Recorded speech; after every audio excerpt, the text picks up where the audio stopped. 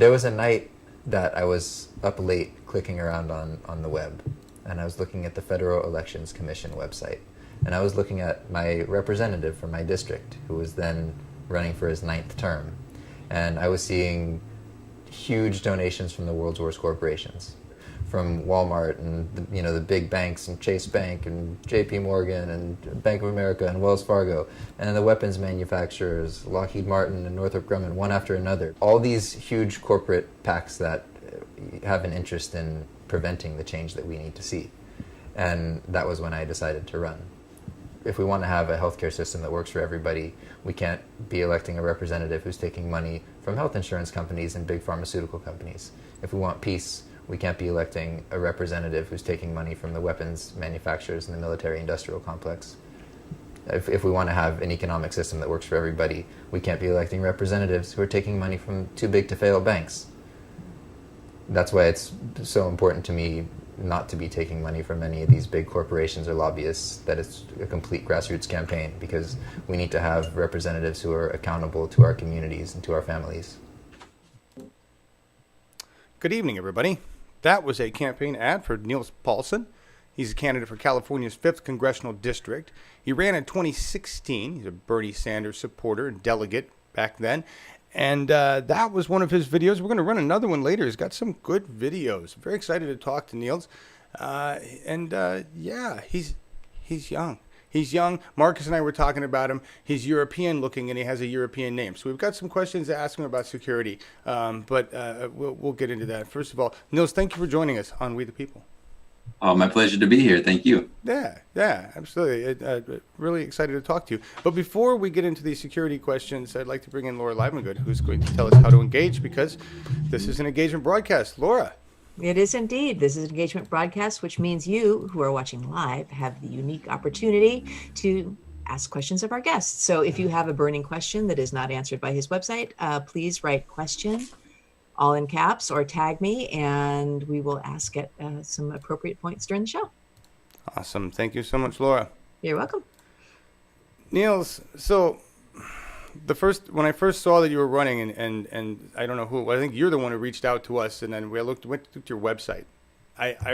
My first question was, who is this guy and where did he come from? Because you look very European and you look very happy. That's not standard these days in America. And I just want to make sure you're not a Russian spy, because that's a democratic thing these days. They want to make sure people aren't from Russia and spying. So are you a Russian spy? Da. I mean, no Russian spy. Thank you so much.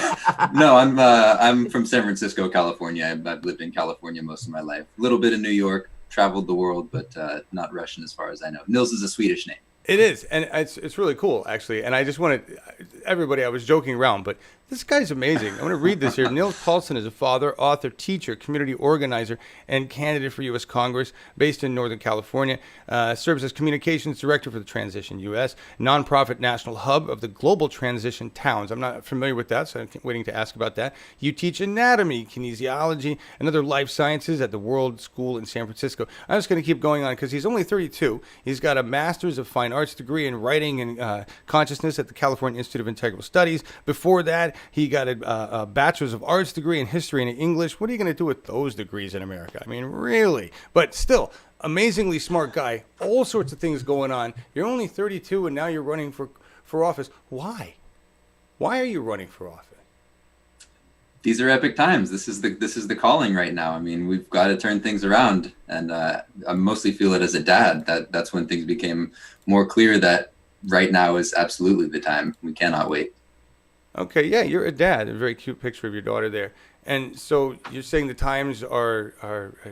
What is it like to be? I would be scared to death to be a father right now.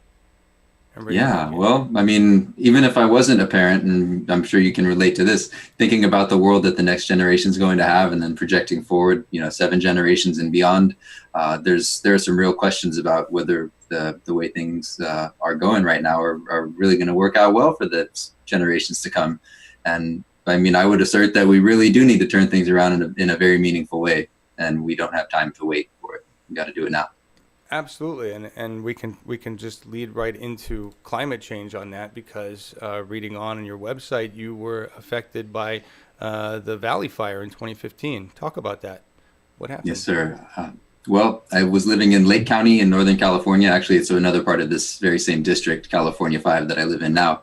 And in 2015, this was weeks after initially deciding to run for Congress. And I traveled to DC and met with my congressman and decided that it was time to be the people's challenger in this race. And I came back, and it was just the summer of fire, September 15th, 2015, the Valley Fire in Lake County. It was the second most destructive wildfire in California history at the time, and it displaced thousands of people, including me.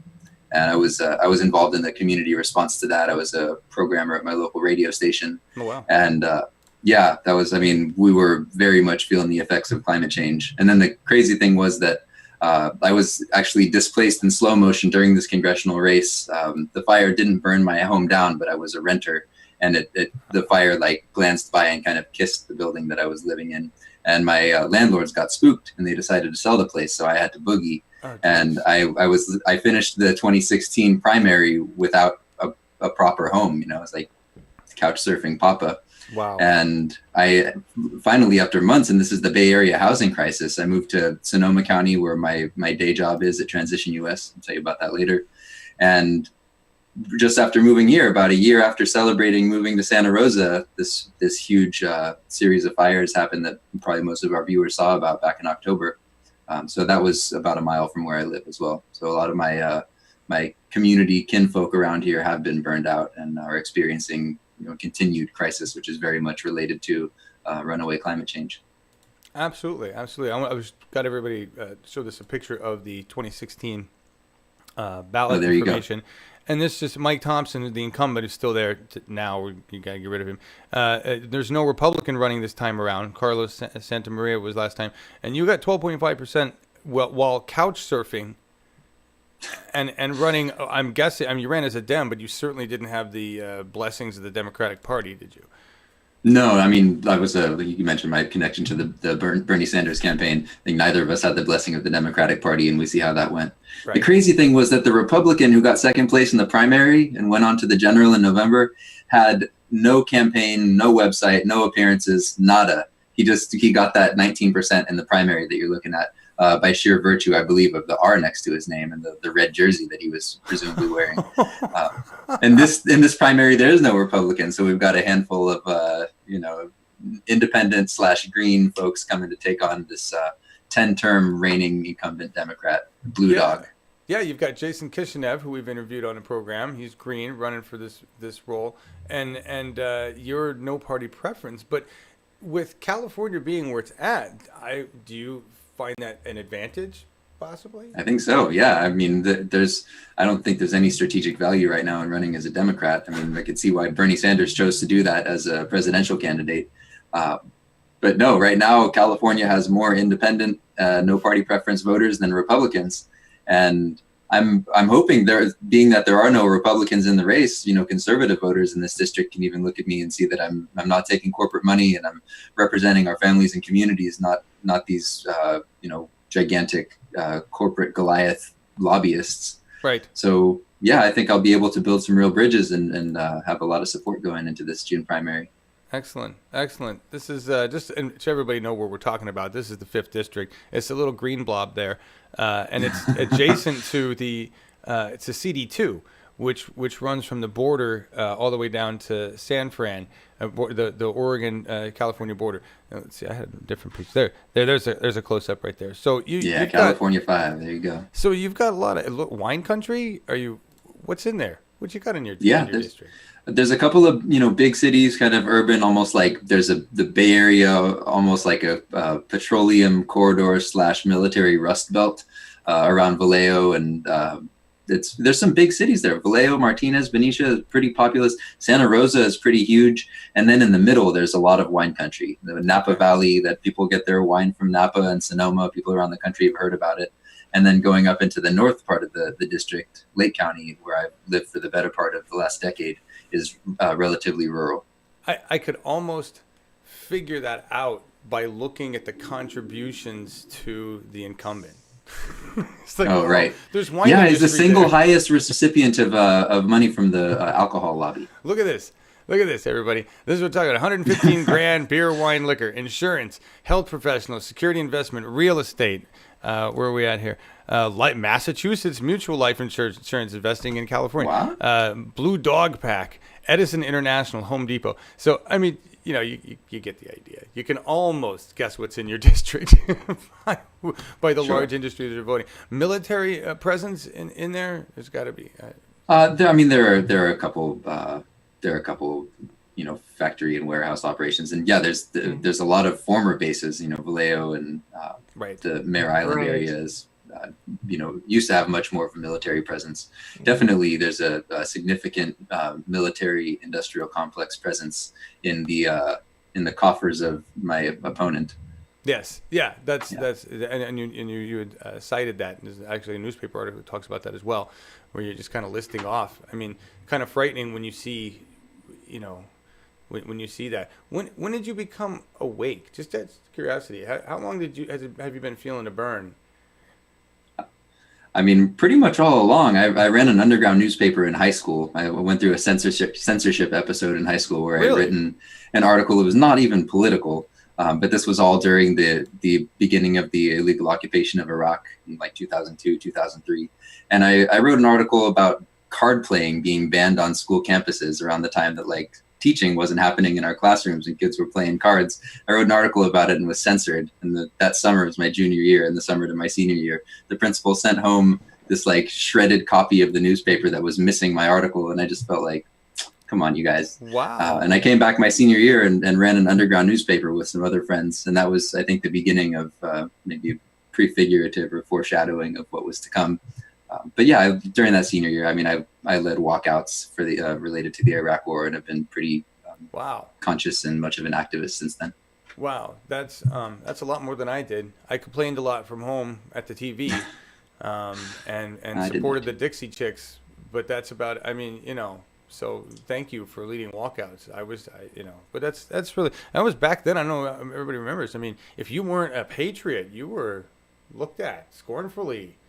Well, I think part of what enables me to do this is I actually believe that I am a patriot at the end of the day. Right. It's that I love my country, and I love this land, and I love all my people, regardless of where you're born or what you look like or where you're from. And it's that sense of kinship that propels me forward in this movement. I love that. I agree with that. It was, I think for me, that was where I first realized we have to change the narrative around what being a patriot means. Right. And this just all-out warmongering is just ridiculous. I thought it was going to end when we brought Obama in, but I learned a new lesson there myself as an old white guy. Anyway, let's talk about. So we talk about climate change. I want to continue on that because you're in California, which has some significant and specific climate issues. Jerry Brown, though, seems to just be racking up the points with the regular Democrats as this climate-centric. What would you do if you had control? How fast do we need to move on climate, and what would you do legislatively in California? I don't know if you've looked at the book or the film "This Changes Everything" by Naomi Klein, and the subtitle is "Capitalism versus the Climate." Yeah. But the answer to what I would do, or what I believe we collectively need to do to meaningfully address the climate crisis, is absolutely related to creating lasting changes in the way we do business. So it's intimately tied to this economic extractive endless growth domination model that we've been based on for so long, and we're evolving out of that. So there's more like direct, concrete. We need to invest in a massive kind of green energy New Deal where we're putting Americans to work, building up an alternative energy, non-fossil fuel, renewable energy infrastructure. We also need to be reinvesting in creating strong local economies, local transportation, local food security, so that we're not needing to ship apples from Chile and random things from all over the world that we have the capacity to actually make right here in our own watersheds. So there's a lot of sort of engineering that can be done in that way, social engineering. And then there's the very basic, transforming our economy. It needs to get out of this endless growth model of those with might being able to sort of conquer the rest of us, to sharing the wealth. It's all about sharing a little bit better. And by all means, we need to divest from fossil fuels and not be electing and re-electing. I see the graphic that you put up on there right now, not be electing and re-electing representatives who are taking money from the fossil fuel industry, like so many Republicans and Democrats are. I'm absolutely not doing that. I would also just say that we need to go beyond that. Yes to carbon tax, yes to rewarding industry that goes the way of renewables, and having sort of penalties for industries that go the way of toxicity and pollution, and on top of that, investing in local jobs, green jobs, local food, local energy, strong local economies in such a way that people aren't needing to ship things from far off just to sustain a way of living that's so far outside of sustainable. I mean, you probably have seen this. We have 5% of the world's population and account for going on 25% of the world's waste, and carbon emissions, and that's not going to even work for people in our lifetime, let alone our children, our children's children, and moving on down the generations. So it's on us right now. They're going to look back at us this moment and either thank us or wonder why we didn't have the courage. And I'm hoping we can do things in such a way that they'll look to us and be grateful that we did have the courage to make this change. I hope so too. And I'm with you there. I think we have about 10 years to shift this thing around, or we're done. And I don't really think we're gonna we're in for so much damage that we haven't seen based on what we're seeing in weather, just in extreme weather right now. And I mean, you've got off fossil fuels, and there's so much of an infrastructure in California around fossil fuels. What do you replace that with? Do you think we can, or would you? Bernie Sanders just announced the Jobs for Everybody program. Would something like that be what you would go for to take, maybe move military and take away their guns, put a shovel in their hands, and put them to work that way?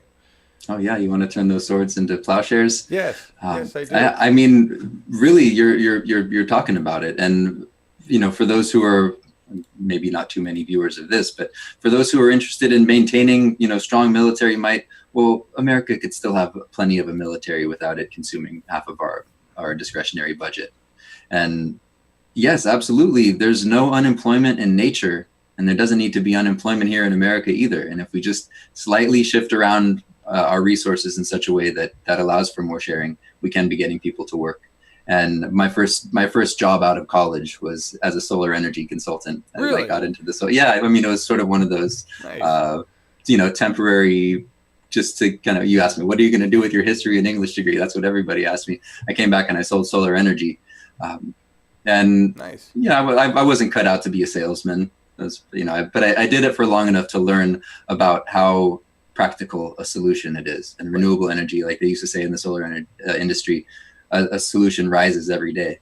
It's like the sun has given us plenty of free energy. The wind has given us plenty of free energy. All we need to do is tap into it. I think there's a fossil fuel lobby that's afraid of that and working pretty tirelessly to see that we don't invest that way. But it's on us, again, as the people, to recognize the way that we need to go, and we need to start stepping in the right direction and lead ourselves together in that direction. Absolutely. I think my favorite part of that is that 10 years ago, everything that you were reading in economy-wise was saying solar is too expensive, the renewable energy is too expensive, we don't have the technology, the batteries aren't good enough. And in 10 years, we've conquered all of those issues. Right? Yeah, the price per watt, has become very, very practical. Yep. And we've gotten over the squirrel curve. We've got battery backup to deal with power for peak hours, all of that stuff, right? That they said was never going to happen, and here it is. It's kind of like going. And it's going to take energy. It's going to take labor and work to get the whole infrastructure dialed in. But that's where we start in permaculture, which we could talk about later. We talk about stacking functions and accomplishing multiple goals with single actions. And by doing this sort of green energy New Deal, we're actually also getting America back to work, which is what so many people are thirsty for, especially in places like Vallejo in my district where I was today. And there's a lot of underemployment throughout our district, and folks are hungry for jobs. People want to be working. Right. People want to be working, and I think if you could take a fossil fuel worker and give them a job in solar energy that paid a living wage. I don't know if we can pay equivocal wages of what some of these people are making in the fossil fuel industry, but seriously. That's what needs to happen, right? But you're a burner. I can go down the list on all your bullet points. We're really talking about more of an overall holistic approach to everything right here. I want to get into that, but before I do, I want to ask Laura Livengood if there's any questions. No, everybody's just kicking back. Not yet, but if anybody, I posted your issues page and which lists things out pretty nicely. So, but I'm sure, especially as we get to the end of the hour, people will be piping up. Yeah, Great. Agreed. All right, so we're gonna shift to what I think, to me, this is one of the root problems here with all of America, and that is education. Because if you don't have a populace that grasps what can be done, how are you going to get it done? So what do you feel? How do you feel about education for everybody and making it free? Socialist. What do you think we should do for education in California? Yeah, I mean, I feel like the answer was almost in the question. It was. But I mean, and you just talked about my issues page. I mean, doing something about education is number one. And I think it's not a coincidence or even necessarily a mistake that we've seen an electorate that's become increasingly disenfranchised and increasingly dumbed down in so many ways. And we become passive consumers instead of active co-creators. And we need to begin or continue swinging things in the other direction. Part of that is meaningfully funding public education.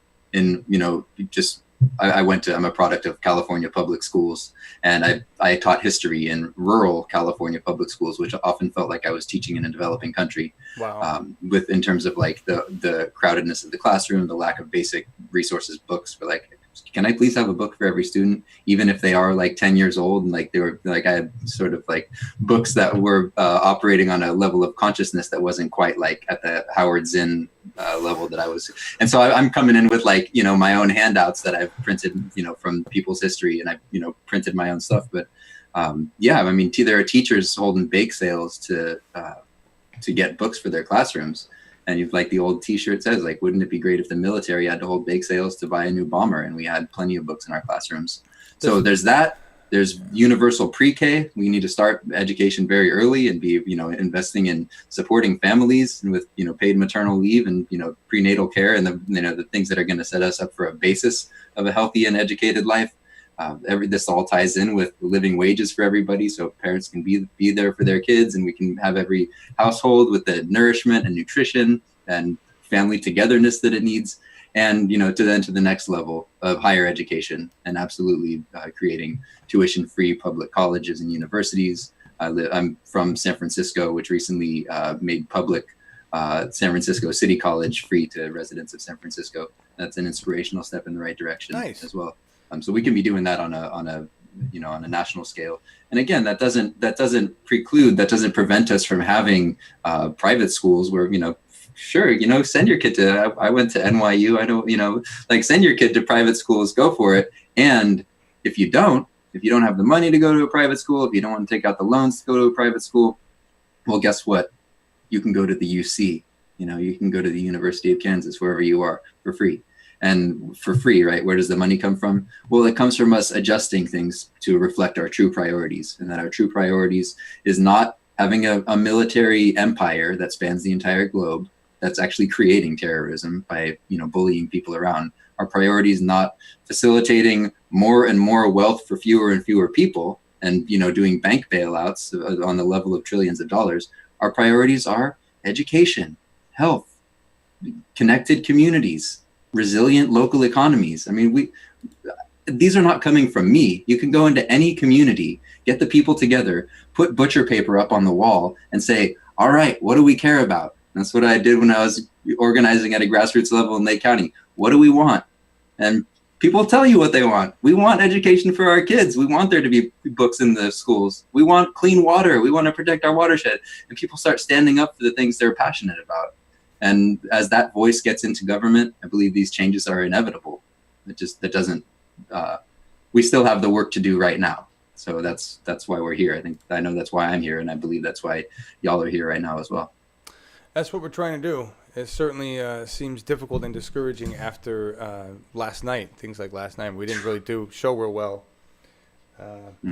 in some tough places. But I think I think every candidate that runs, whether they win or lose, is now seasoned to do better in their next role, right? I mean, do you feel now you're running this time, even though you entered late, that you know more, you have more experience about what to get done than you did the first time? Totally. I mean, yeah, and you know what you said about last night. I'm sure you caught the byline out there that 17 out of 20 female congressional candidates got elected. Yeah. Like, that was a little bit of encouraging good news. That was actually, yeah. But yeah, I believe that if we stand up and stand in our integrity, and if we do, you know, if we each do what we feel is right, and we're all going to be guided to contribute in a slightly different way, and we're going to, you know, like the blind men, you know, feeling the different parts of the elephant, we're all going to have like a different interpretation of what the next right thing is. But if we each do that, we can't go wrong. And so by all means, I'm learning a lot, and I'm on my quest and doing what I believe is the right thing for me to do right now. Well, good. I'm glad you're there, and you certainly have the right attitude for it. As running is the hardest thing to do, and so thank you for doing it again. And I want to say, just to talk about optimism, I think we could have the largest military in the world, practice regime change everywhere, and still do all the things you and I want to do, because we are so wealthy. I mean, not that you and I want to do that, but, you know, we have enough resources. We could do it all, you know? Yeah. Why not please both camps? Anyway. I don't know. I don't think I would be pleased if we were practicing regime change all around the world. So I guess that would be the next thing that I would need to be, you know, the next step that I would need to be taking. All right, we got food in the bellies, we got jobs and healthcare and education, but you guys, we still need to end this empire like pronto. I would hope that once we got all those other things taken care of, the citizens would be done with the warring. I'm going to guess. I hope. I mean, that's what we see with an educated society, right? Or that's what we're trying to reach. Let's continue on with society and talk about doing things for them. Ending systemic racism and mass incarceration. I stand in solidarity with all oppressed people. Every day you and I see another incidence of either police brutality, racism, ICE doing something horrid. This country's, in my view, at 48, this country looks a hell of a lot like a developing Nazi Germany. What do you think? How do we fix our justice system? I'm just going to go there. 100 words or less. No, just kidding. Okay. We need to create a justice system that's based on restorative principles instead of punitive principles. Yay, what I mean love by those that? words. Yeah, what I mean by that at a very basic level is two wrongs don't make a right. People aren't bad. The crimes that are happening out there, a lot of them don't need to be crimes to begin with. Like when we're talking about mostly black men or people of color who are locked up for having like a small amount of cannabis. All of that, absolutely, we need to remove cannabis from the Federal Controlled Substances Act, and right away. And just some of those very basic things will create a less flooded criminal justice punishment system. And rather than punishing people and locking them up and wasting precious resources on maintaining this punitive system, I've probably gone over 100 words. We can be working on rehabilitating folks and addressing the root cause of why these crimes even happen to begin with. And there are ways to right wrongs without locking people up interminably. And agreed. Yeah, so I mean, there's obviously there's racial dimensions to crime and punishment in this country. Incredibly, disproportionately, people of color, especially men of color, but women too, being locked up for crimes that if committed by a white-skinned person might not be caught or punished at all. And it shows why. I mean, 50 years ago today, this country was still mourning the loss of Dr. Martin Luther King. Yeah. And that we have come a long way, and in some respects, we're not doing so great, and we have a long way to go to realize that dream. Yeah, to me, it feels like we've gone nowhere, honestly. It really does. I see us falling backwards in the amount of racism I see popping up all over the place, and incidences I see. I ask this of all candidates, but a tie-in between gun violence, just overall gun violence that we have in America, and police violence, and how do we address that? Because it's certainly adding to the prison influx, all of this violence. And what do we need to do with with guns in this country? Right. That's another one of the powerful questions of our times. I wouldn't take it as far as some folks who are talking about getting rid of the Second Amendment. Like there's a part of me that like my hippie friends kind of like don't agree with this part of me that says, well, actually that amendment is kind of there for a reason in the sense of, I don't want my police being the only, force, the government sort of being the only force that does have access to these tools. And yet there is a gun violence crisis and we need to act, in a very meaningful way to address it. And that means people who have a history and tendency toward violence or mental instability don't need to be having these firearms. And some of these high capacity, like, military grade weapons do not need to be on the streets at all. And I would go a step further. You would maybe along the lines of what you said, the government, which is represented by our police and military, is setting the tone. We're setting the tone for violence by having a death penalty that kills people. We're setting a tone for violence by having a police force that in many ways is, trained to shoot people rather indiscriminately, some might even say racistly, in the streets. And so that's all setting the tone for violence. Being a war-making country with a military in virtually every country on this nation is setting the tone for violence. So, changing the thing that we can actually change, which is ourselves and our behavior, and the government, military, police being like a part of our shared identity that we create together, that's what we are responsible for, and that's what we can do. And I think if we take those steps, it's going to absolutely reduce violence. Plus, to add on top of that, a lot of these crimes, the violence is committed by, in a state of mental distress, which we're in a culture that doesn't really recognize or treat mental illness in a compassionate way. So we could be treating that, and also in a state of desperation where, necessitous men are not free men, and they're also not happy. People are out there hungry for jobs, hungry for meaning, hungry for belonging. And sometimes like the only belonging that, a young man can find is in a military or in the gang. And it's like, okay, well, what if we created, again, like the civilian conservation corps of the future of, putting folks to work, doing awesome jobs, creating, planting trees on a massive scale and building up a green energy infrastructure.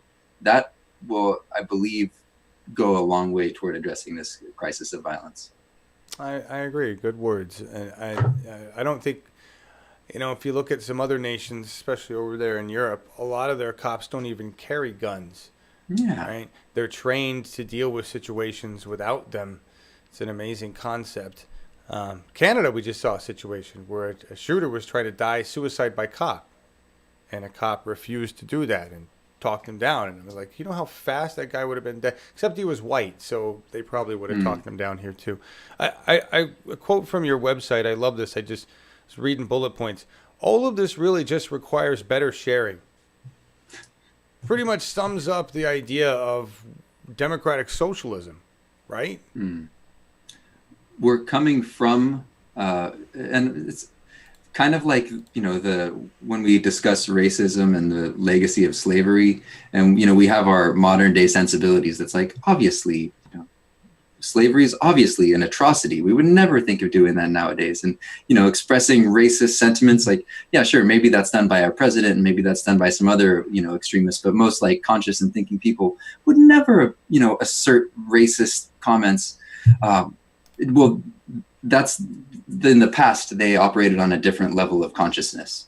And so we're seeing a similar thing with this sharing thing, is that in the past, the level of consciousness was, this is mine, that you can't take this. They're trying to get what's mine, separate, put up my fences, get my walls, get a gun. And that is not the way of thinking of the future. The way of thinking in this new paradigm that we're building into is based on the common good and sharing. You could label it whatever you want. The only thing that I object to about democratic socialism is the fact that those words turn people off and scare them and make them run away. And that's why I'm like, hey, what about sharing?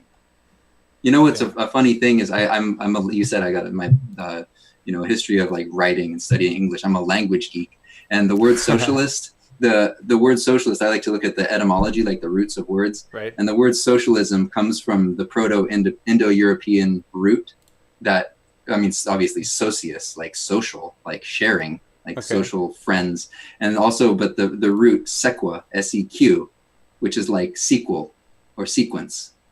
And like capitalism was like cap is like the top, like the first, and then the sequence, or the sequel, if you will, is more about like, what if we just be friends? What if we just make a circle? Like, what if we just share? Sorry if I'm sounding a little too like Northern California for you guys, but you know, I think we need to take a lot of these like advanced, like even spiritual, you know, in like a secular way that honors everybody. But the masters have been telling us from the dawn of time that we need to share and take care of each other.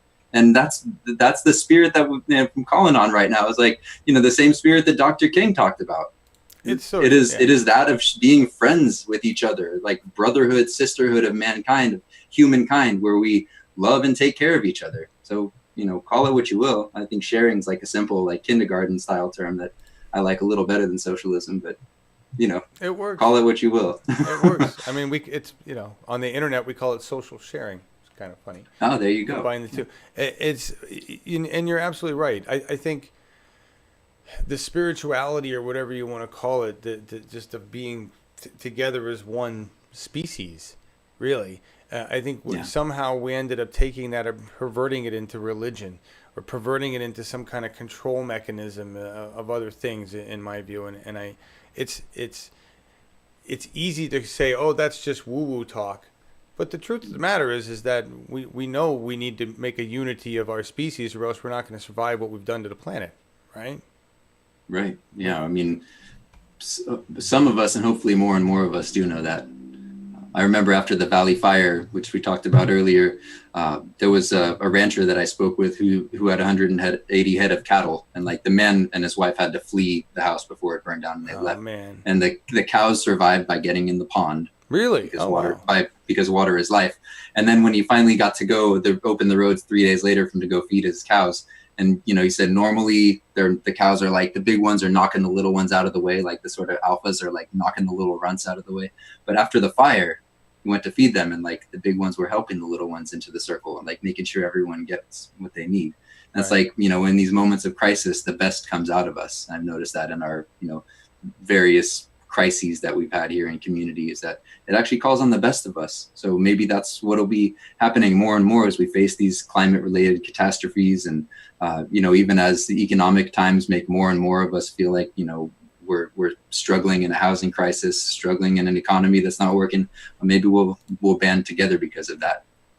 I think that's happening already. And unfortunately, it's crisis. You've got two things going on. You've got, as our country falls apart, which is really what's happening. You know, we've been marked in like developing nation status at this point. And as that happens, that's a heavy sigh. Because when I was growing up, and let me tell you, in 1985, when you were born, it was born in the damn USA. We were awesome. Top Gun was, you know, the big thing, and we were the badasses of the universe, and I was very proud of that.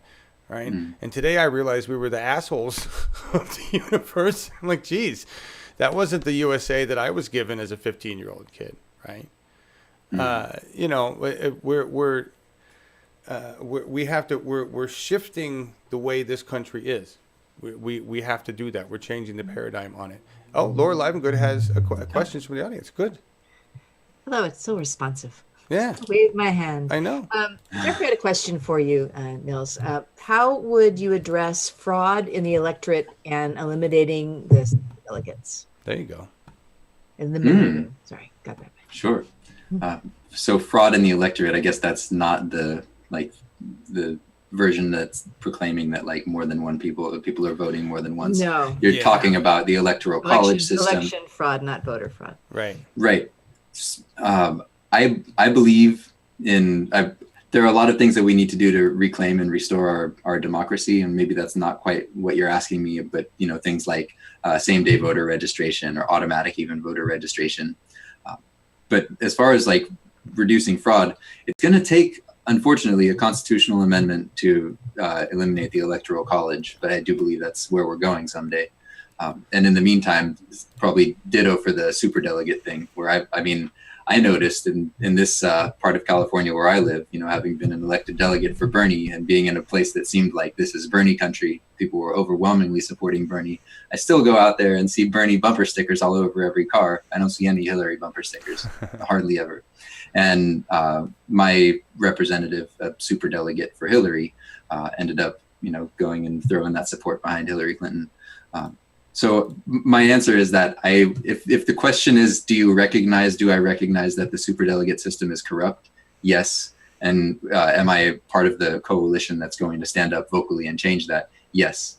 It's going to take a brand new Congress. It's going to take people like me and you in districts all around the country getting elected to office so that we're not being, represented by these corporate lobbyist servants.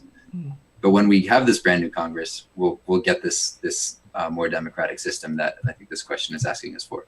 Yes. And in the meantime, it's going to take, even if just a handful of us get in there on this go around, whoever gets in there, we got to hold it down. We got to be vocal.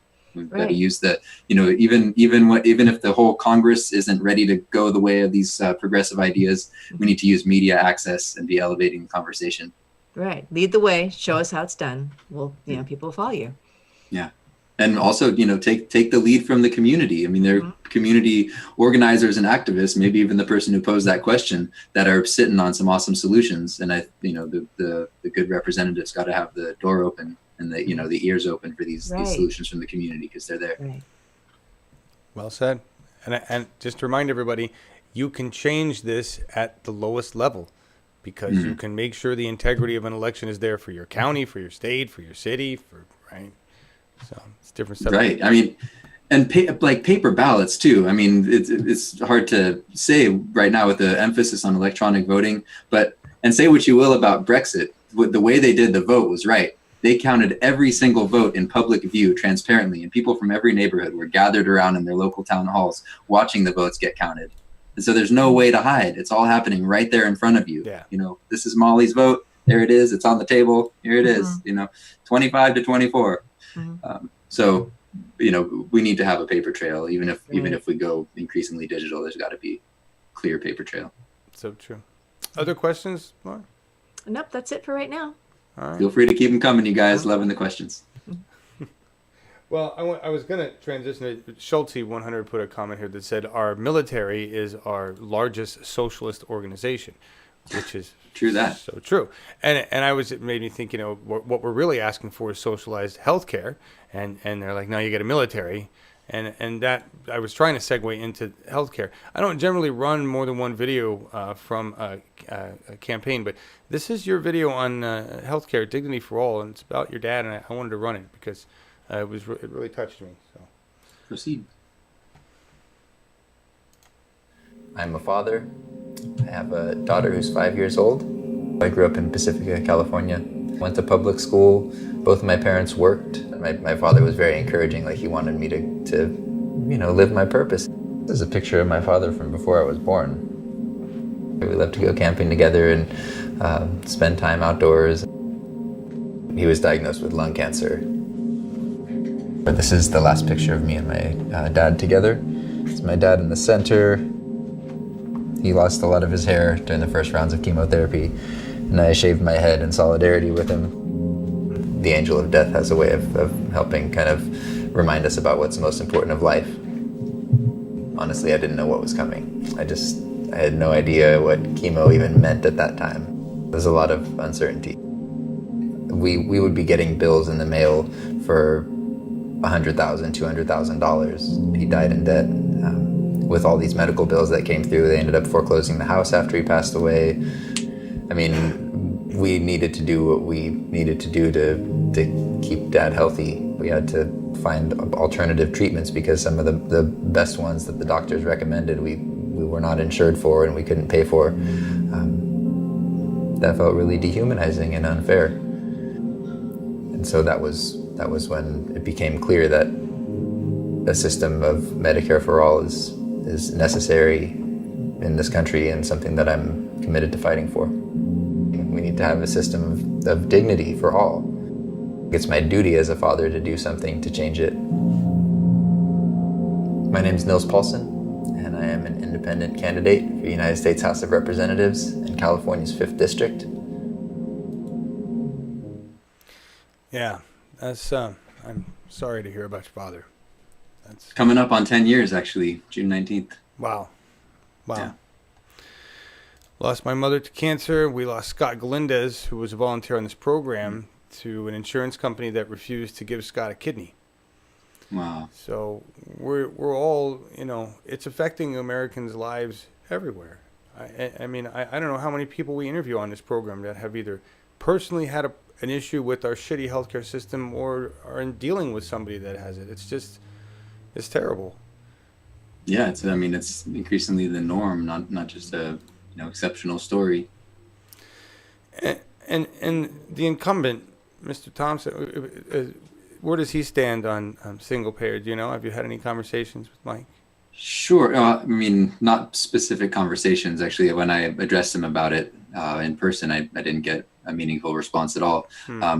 I did a lot of research before running in 2016, and it was part of what tipped me over toward actually deciding to run. I thought I was going to run for Congress. I came back and this fire happened. I was going through this crisis with the fire for a few months, and then it was time to declare or not declare. Right. Whether, it's time to file.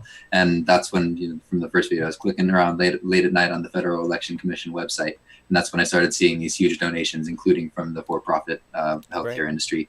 And so I'm not seeing meaningful leadership. There are a lot of people in Congress, and I think it's partly because we're actually beginning in community to hold the guy's feet to the fire and say, this is something that we want. I believe he has signed on for HR 676, the John Conyers. That surprised me recently. I saw that because until recently he had not been. So I think he signed on for that. I wonder if it's because he's got all this, sort of challenge coming from the progressive side.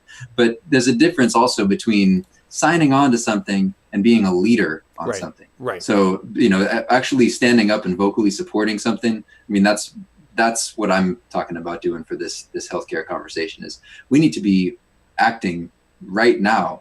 It was the film Sicko came out almost 11 years ago. Wow. When Michael Moore went around the world and went to Cuba, and it's top quality healthcare system in Cuba and all over Europe. And okay, we know by now. We know. And the political will is there too. Look at any Pew Research, Gallup poll, 70-80% of Americans are ready for this. Yeah. Well, it's time. Yeah, we're ready for it. But like you said, we've got people in power that we need to remove they're not interested. They're well aware what we want, right? Well, and what we want is progress. Right. And progress. And when our representatives become an obstacle to the progress that the common goals that we all share and can articulate, when they become obstacles, it's clear that we need to remove them. Yeah. It absolutely, it's all it's going to take, and I say this to you because this is your second time running, and I hope, regardless of what happens, that you run again, is it's going to take the same thing that Mike Thompson has, which is name recognition and a network, right? Mm-hmm. And you're building that right now, right? And you're building that with the constituents in your district. I don't know how much time this guy spends running around doing things. He doesn't have to, right? He's got the money support. He's got the Blue Dog Dems backing him, doing nothing. They resist progress. I don't know. Right? I someday maybe, God willing, someday I'll have, the campaign budget to have some huge crab feeds where everyone in the community can come out to the Lions Club and have a crab feed on me.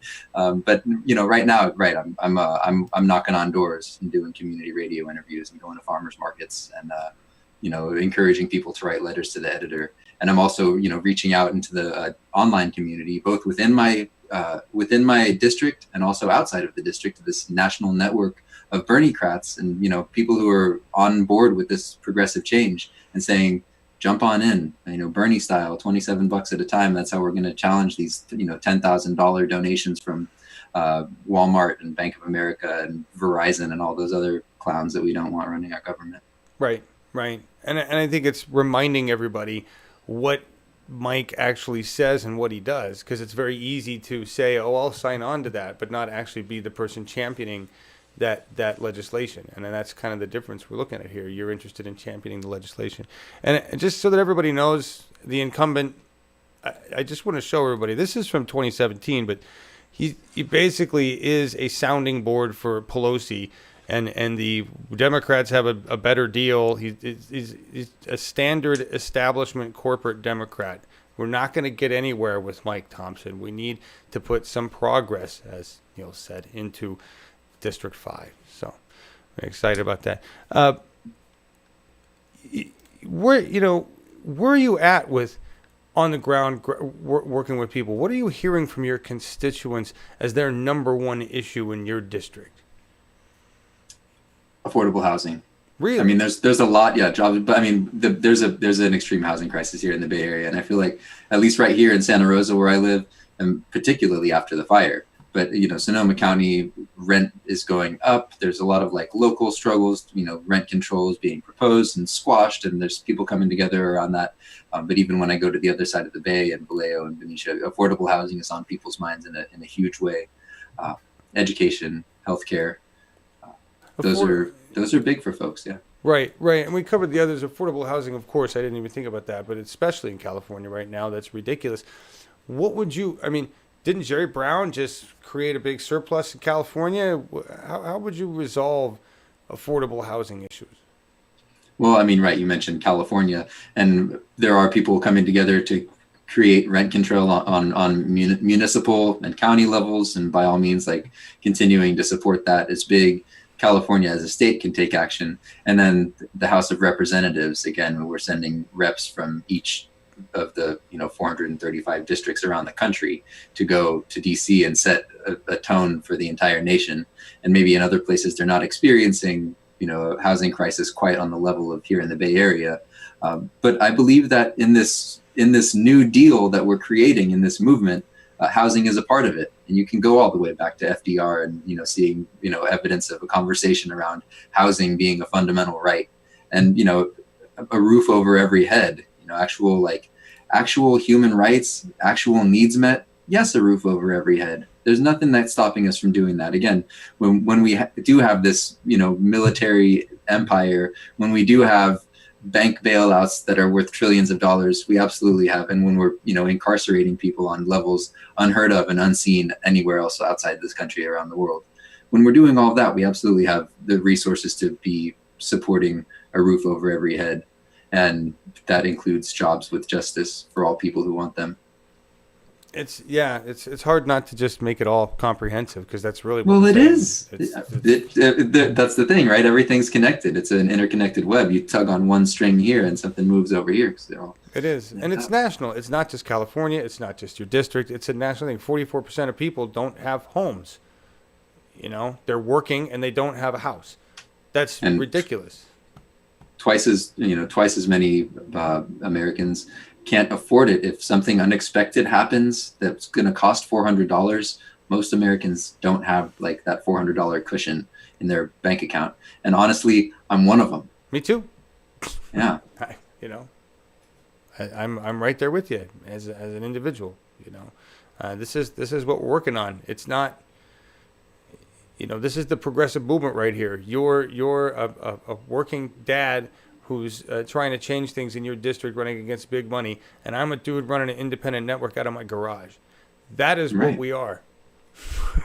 And the work's too important not to do it. I mean, if the solution was just to get ours, just like, again, the old way of doing things, like, all right, well, things are messed up, so I'm going to get some property and get a big old house for me and mine, and I'm gonna, get a bunch of bottles of water. Well, no, we're all sharing aquifers. We're all sharing watersheds. Right. We're sharing air, and we're sharing a planet. We need to be managing and stewarding the resources on this planet, because they're not ours. In fact, they weren't even given to us by our parents. They're actually being loaned to us by our children and our children's children. So, yeah. I mean, we need to be conscious stewards of all of this, and it's not going to work just for each person to, get mine while the rest suffer. We're in this together, in the sense that that. Yeah, and then that goes back to education and basic needs and Maslow's hierarchy. And oh my God, we're there. But we have people like you who are highly educated and passionate about getting into government, and I am very thankful that you are doing that. Thank you for running those. We're running out of time here, Laura Livengood. I just want to see if we got any questions. No questions. No, we do not. Although you are resonating with our folks in chat very nicely, and God, we're so glad to had you on. Yes. I dig that. And after the show, I'm going to jump on that. I know there's a Facebook group that's like an after chat thing. I'll hang out there for a while in case people have any live questions. Oh, cool. You guys, most people that are in chat will probably the people that will be over there. So you heard them. There you go. Great. We'll see them over there. And those will be over there. Nils, where are you going to be next? Where are you going, and how can people get in touch with you? How can they help you? Great. I mean, any way that you wish, and from each according to his ability. There's some folks out there who might feel inclined to donate $27. Awesome. There are some people out there who might feel inclined to give us some social shares and put this up on your page, share it with some Bernie groups. Follow this, join the team. You can go. Great. I see it up on the screen right now. nilsforcongress.com is a sort of good home base for all of this. There's a volunteer sign up link, so you can sign up to be, even if you live in Delaware, you can be a social media ninja and share this out. Absolutely. Also, we're getting out the vote, so we're less than 4 weeks until go time right now for the June 5th primary. So I've got a lot of events. You can go to my website, nilsforcongress.com/events, and you can see a bunch of the events that I have planned. So folks are in the district, you want to come, do a farmer's market with me, help reach some people, or, I've got a lot of events coming up, event at an art gallery and an event at a farm, and there's a bunch of cool opportunities to get involved. And then there's days that I'm going to be ingloriously knocking on doors and making phone calls, and people can join me for that too. So you guys help. That's always, it's hard to do that by yourself. You want a bunch of people to go around and do that with. So absolutely. But that's what you got to do. The more hands you shake, right? That's right. Well, we've got to be willing to endure the monotony of success. And that's sometimes just doing a bunch of thankless work. I know you guys are doing a lot of, a lot of work to keep the movement going too. So, it takes all kinds. So thank you for being that independent media. I really honor you for doing this. Thanks so much. We're just here for the ratings, man. Yeah. 6-figure checks. Our vast viewership. I just posted your Take Action page on the chat as well. Oh, thank you. Excellent. Awesome. Thank you so much for being on, Nils. I'm encouraged by the fact that you're running. You've got a lot of energy, and you've got a lot of intelligence, and I think we need to bring some intelligence back to our government leadership. You picked Frederica Stahl, Tomorrow. This was your outro song. Tell us why. Okay, great. And we didn't get to talk too much, maybe that'll be for the sequel, but about transition and my job as a grassroots community organizer. Yeah. But I've been working in community to build local resilience in a sort of nonpartisan way around creating local food security and vibrant, robust local food systems, strong local economies and communities where people are patched together and know each other and have skills, local energy infrastructure. Again, like in a sort of not in a way that doesn't rely on big government or big business at all. We're just getting together, doing, reskilling fairs and community mapping at a local level. So that's the Transition Towns movement. It's happening all around the world. And I work at the national hub of Transition US, which is a 501c3 nonprofit. The hub is right here in Sonoma County, but we've got 160 plus transition towns around the country, and it's going on around the world. I've been to the International Transition Conference, and people have on the ground awesome solutions for building a resilient regenerative system that works for everybody.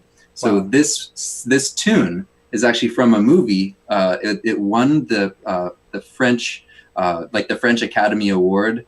It's not called the Academy Award. It's called the César Award. But this movie is called Tomorrow, or Demain, the French. But if you go to tomorrow/documentary.com, you can see this film. It's amazing. It's like won tons of awards all around the world, and now it's in the U.S. And this is a song from that movie, and that movie includes the transition movement and all kinds of great solutions that are happening in this world right now. That's awesome. Maybe we could do a little video, John. Get Nils offline and do a little video just on that. Yeah, actually, I was thinking we should we'll talk to you, because I'd love to hear more about this and offer support of that, because I get the gist and I love it, because that's what I'd want to do here in my area is kind of build that community resilience where we don't, so that's great. That's what it's all about. Yeah. Don't have to ask anyone's permission. Just get together and build the new. Well, we have an opportunity out here to do a complete off-grid. We could power the entire town, and that's what I want to do. So awesome. We'll be talking to you. Nils Palsson, everybody. Thanks. Candidate for California's 5th. Thank you, Laura. Oh, thank you. What do we got next week? We got anybody booked? Oh, yes. We have 2 next week. God, I never have my map up. I know. Next week we have, I'm all the way back in August. What am I doing? Sorry. So we have Eric Rydberg, who's running for Secretary of State, Green Party on Monday. And Brian Kim, who's running for Congress in California, 53rd on Wednesday. And I don't have anybody booked past that. So please, if I'm in talks with you, answer me. There you go. All right.